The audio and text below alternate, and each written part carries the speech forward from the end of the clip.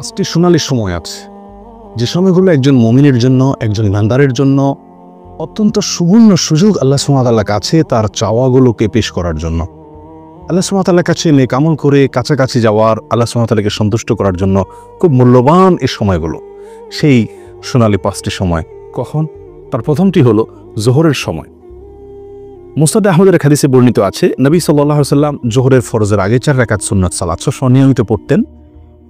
কোন সাহাবী তাকে প্রশ্ন করলেন, ইয়া রাসূলুল্লাহ, আমরা আপনাকে দেখি সবসময় আপনি সালাতটি নিয়মিত আদায় করেন, এই 4 রাকাত সালাত কখনো ছাড়েন না, এর হেতু কি, রহস্য কি? নবী সাল্লাল্লাহু আলাইহি ওয়াসাল্লাম তখন বললেন তাদেরকে যে, দেখো, যখন সূর্য মধ্য আকাশ থেকে, ঠিক আকাশের সেন্টার পয়েন্ট থেকে পশ্চিম দিকে ঢলে পড়ে, অর্থাৎ জোহরের সময় শুরু হয়, তখন আল্লাহ সুবহানাহু ওয়া তাআলা আসমানের সমস্ত দুয়ারসমূহ খুলে দেন এবং সেগুলো আর তিনি বন্ধ করেন না জোহরের সালাত শেষ হওয়া পর্যন্ত। ফাউহিব্বু আন ইউসআদা লি ফিহা খায়র, তো আমি চাই, আমার কাছে ভালো লাগে, আমার পছন্দ হয় যে এই সময়ে আল্লাহ যখন আসমানের দুয়ারসমূহ খুলে দেন, এই সময়ে আমার কোনো নেক আমল যেন উপরে ওঠে, সেজন্য আমি নিয়মিত এই 4 রাকাত সুন্নাত আদায় করে থাকি।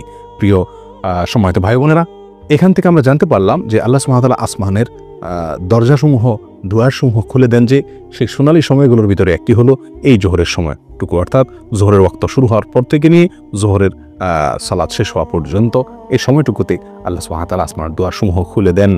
এবং এর পাশাপাশি আমরা নিয়মিত হয়তো অনেকেই আলহামদুলিল্লাহ জোহরের আগের এই সুন্নাত সালাত আদায় করি, কিন্তু হয়তো কয়জন লক্ষ্যই করি না আমরা যে এই সময়টুকু আসমান এর দরজাসমূহ আল্লাহ সুবহানাহু ওয়া তাআলা খুলে দেন।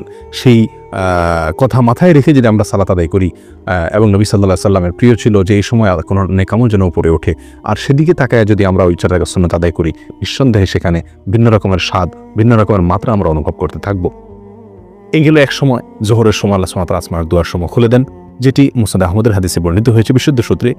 নাম্বার 2, আজানের পরে যে সময়টুকু, আজানের পর কিছু সময়, এই সময়ও আল্লাহ সুবহানাহু ওয়া তাআলা আসমানের দুয়ারসমূহ খুলে দেন। নবী সাল্লাল্লাহু আলাইহি সাল্লাম থেকে বর্ণিত হয়েছে সহিহ তারগীব ওয়া তারহিবের ভিতরে এর হাদিস, তিনি ইরশাদ করেছেন, ইযা নুদিয়া বিস-সালাহ, যখন সালাতের জন্য আহ্বান করা হয়, আজান দেওয়া হয়, ফুতিহাত আবওয়াবুস সামা ওয়াস্তুজিবাদ দুআ, তখন আসমানের দুয়ারসমূহ খুলে দেওয়া হয় এবং বান্দার দোয়া কবুল করা হয়। দোয়ার নির্দিষ্ট কোনো পদ্ধতি, ধরা বাঁধা কোনো সিস্টেম এখানে বর্ণিত নাই, বরং মনের যে কোনো চাওয়াকে মনে মনে আল্লাহ সুবহানাহু ওয়া তাআলার কাছে পেশ করার জন্য মূল্যবান একটি সময় হলো এটি, অর্থাৎ আজানের পরবর্তী সময়টুকু। এটিও সোনালী 5টি সময়ের দ্বিতীয় এবং গুরুত্বপূর্ণ একটি সময়, আজানের পরবর্তী সময়টুকু। 3 নম্বর যে সময়টি সোনালী 5টি সময়ের ভিতরে, সেটি হলো এক সালাতের পরে অপর সালাতের জন্য যখন মানুষ অপেক্ষা করে, এই সময়টুকু, এটিও খুব গুরুত্বপূর্ণ একটি সময়। সূরা ইবনে মাজার হাদিসে বর্ণিত হয়ে আসছে, নবী সাল্লাল্লাহু আলাইহি সাল্লাম বলেন, আবশিরু হাযা রাব্বুকুম, তোমরা সুসংবাদ গ্রহণ করো, এই যে তোমাদের রব কদ ফাতাহা বাবা মিন আবওয়াবিস সামা, আসমানের দুয়ারসমূহের মধ্যে থেকে একটি দরজা তিনি খুলে দিয়েছেন, এবং ইউবাহি বিকুমুল মালাইকা, তোমাদের নিয়ে ফেরেশতাদের সঙ্গে তিনি গর্ব করছেন, বলছেন যে দেখো, আমার বান্দারা আমার নির্ধারিত ফরজ সালাত আদায় করার পরে অন্য ফরজের জন্য তারা অপেক্ষা করছে। প্রিয় বন্ধু, তাহলে এক ফরজ আদায়ের পরে অন্য ফরজের জন্য যখন মানুষ অপেক্ষায় থাকে, ওই সময় আল্লাহ সুবহানাহু ওয়া তাআলা আসমানের দুয়ার খুলে দেন। এটিও সোনালী সময়সমূহের মধ্যে থেকে একটি। নাম্বার 4, ভোর রাত বা রাতের শেষ প্রহর, এটি অত্যন্ত মূল্যবান সময়ের মধ্যে থেকে একটি। আল্লাহর কাছে বান্দার আরজি পেশ করার, আল্লাহর কাছে বান্দার চাওয়াগুলোকে উপস্থাপন করার, দোয়া করার অত্যন্ত মূল্যবান সময়, বলা যায় সবচেয়ে সেরা এবং শ্রেষ্ঠ সময়। নবী সাল্লাল্লাহু আলাইহি সাল্লাম ইরশাদ করেছেন, এই সময় আল্লাহ সুবহানাহু ওয়া তাআলা আসমানের দুয়ারসমূহকে খুলে দেন এবং একজন ঘোষণা দিতে থাকে, আছে কি কোনো প্রার্থনাকারী যে চাইবে, প্রার্থনা করবে, আল্লাহ তাআলা তার প্রার্থনা মঞ্জুর করবেন? আছে কি কোনো বিপদগ্রস্ত যে ব্যক্তি বিপদে পড়ে আছে, সে আল্লাহর কাছে মুক্তি চাইবে, আল্লাহ তাআলা তাকে মুক্তি দান করবেন? এভাবে যে কোনো মুসলিম এই সময় দোয়া করলে আল্লাহ তাআলা দোয়া কবুল করেন এবং আসমানের দুয়ারসমূহ খুলে দিয়ে রাখেন দোয়া কবুলের জন্য। তবে 2 শ্রেণীর ব্যক্তিকে আল্লাহ তাআলা এই সময় তাদের দোয়া কবুল করেন না। তার ভিতরে হলো, এক ব্যক্তি হলেন যিনি পেশাদার ব্যভিচারিণী মহিলা, সে, আর দ্বিতীয়ত হলো যে লোক ব্যবসায়ীদের কাছ থেকে চাঁদাবাজি করে, ব্যবসায়ীদের কাছ থেকে চাঁদা আরোপ করে অর্থ আত্মসাৎ করে, এই ব্যক্তি এবং পেশাদার ব্যভিচারিণী, এই 2 ব্যক্তি ছাড়া আল্লাহ সুবহানাহু ওয়া তাআলা তাদেরকে তওবা করার পরে তাদেরটাও আল্লাহ তাআলা মাফ করেন। এই 2 ব্যক্তি ছাড়া, এই 2 কাজে লিপ্ত থাকলে, সে ব্যক্তিরা ছাড়া আর ওনার সময়ের দোয়াকে আল্লাহ তাআলা কবুল করেন এবং আসমানের দুয়ার আল্লাহ তাআলা করে দেন। সম্মানিত ভাই বন্ধুগণ, এরপরে 5 নম্বর সোনালী সময় যেটি, সেটি হলো একটি গুরুত্বপূর্ণ দোয়া, যেটিতে আল্লাহ তাআলার বড়ত্ব, আল্লাহ তাআলার প্রশংসা এবং আল্লাহ তাআলার পবিত্রতা বর্ণনা করা হয়ে থাকে। এই বিশেষ ভাষায় যখন আল্লাহ সুবহানাহু ওয়া তাআলার কাছে বান্দা দোয়া করে বা আল্লাহ তাআলার জিকির করে, তখন আল্লাহ সুবহানাহু ওয়া তাআলা আসমানের দুয়ার সমূহ খুলে দেন, যেটি সহিহ মুসলিমে বর্ণিত হয়েছে। আব্দুল্লাহ ইবনে ওমর রাদিয়াল্লাহু তাআলা বলেন, একবার নবী সাল্লাল্লাহু আলাইহি ওয়াসাল্লাম সালাত আদায় করছিলেন সাহাবীদেরকে নিয়ে। পিছন থেকে কেউ একজন একটি দোয়া পাঠ করলেন। দোয়াটি হলো এই: আল্লাহু আকবার কাবীরা ওয়ালহামদুলিল্লাহি কাসীরা ওয়া সুবহানাল্লাহি বুকরাতাও ওয়া আসীলা।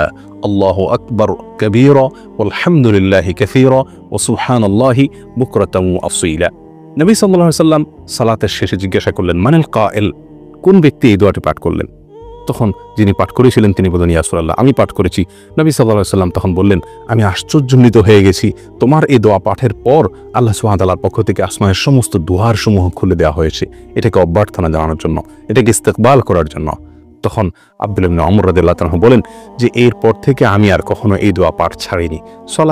সলাতের বাইরে সবসময় দোয়া পাঠ করা যায়। আল্লাহু আকবার কাবীরা ওয়ালহামদুলিল্লাহি কাসীরা ওয়া সুবহানাল্লাহি বুকরাতাও ওয়া আসীলা। আমি আবারও সংক্ষেপে এই 5টি শোনার সময় আপনাদেরকে জানিয়ে দিচ্ছি। তার প্রথম হলো জোহরের সময় শুরু হওয়ার পর থেকে নিয়ে জোহরের ফরজ সালাত জামাত শেষ হওয়া পর্যন্ত। আর দ্বিতীয়ত হলো আজান যখন দেওয়া হয় সালাতের, 5 ওয়াক্ত সালাতের আজানের পরবর্তী সময়টুকু। 3 নম্বর হলো এক সালাত পড়ার পরে মানুষ যখন অন্য সালাতের জন্য অপেক্ষমান থাকেন ওই সময়টুকু। নাম্বার 4 হলো ভোর রাতের সময়টুকু, রাতের শেষ প্রহর। নাম্বার 5 হলো আল্লাহ সুবহানাহু ওয়া তাআলার প্রশংসায়, তার গুণগানে এই বিশেষ বাক্য আল্লাহু আকবার কাবীরা ওয়ালহামদুলিল্লাহি কাসীরা ওয়া সুবহানাল্লাহি বুকরাতাও ওয়া আসীলা, এটা যখন পাঠ করা হয়। আসুন এই 5টি সময়কে, মূল্যবান সময়গুলোকে কাজে লাগানোর চেষ্টা করি। জীবন খুবই সংক্ষিপ্ত, আল্লাহ সুবহানাহু ওয়া তাআলার কাছাকাছি যাওয়ার চেষ্টা করি, নিজের চাওয়াগুলোকে মঞ্জুর করানোর জন্য আপ্রাণ চেষ্টা করি। আল্লাহ তাআলা আমাদের সকলকে তৌফিক দান করেন। জাযাকুমুল্লাহু খাইর ওয়া আখিরু দাওয়ানা আলহামদুলিল্লাহি রাব্বিল আলামিন।